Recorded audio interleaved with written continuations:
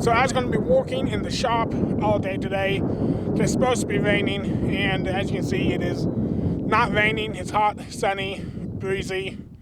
So here I am. So I have decided today that I'm going to be tearing down this old wood structure here. Now, we started building this probably over 10 years ago, I'm guessing. And it was going to be a greenhouse, and we got about this far on it, and we found out about a government grant that gives you free greenhouses. So we ended up getting two 30 by 70 factory metal framed greenhouses, which was really the way to go. So then we quit sinking money and time into this because the other greenhouse was just way better. Anyway, it's been here for way too long, and it's slowly falling apart. And there's really no point in keeping it out here anymore. It just grows up in the weeds. You can see all the dried up weeds and stuff in there. So it's time for it to go. There's some metal and stuff in here, like that box still there. And then here on the other side, there's a bunch of metal hoops that we're going to use for the top of it. So I need to get those pulled out and moved out of the way. And I guess we'll start tearing this down.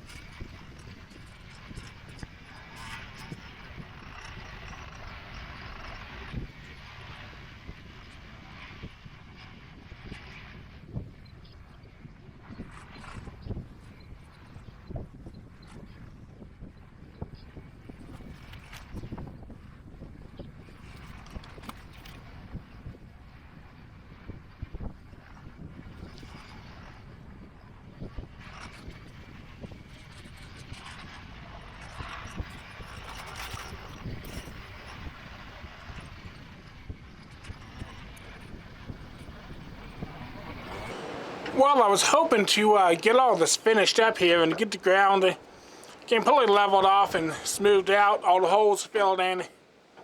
But it's not going to happen because the weather isn't going to hold out for me. It's looking quite mean, and it's starting to rain off and on, so I'm probably going to just call it quits right here.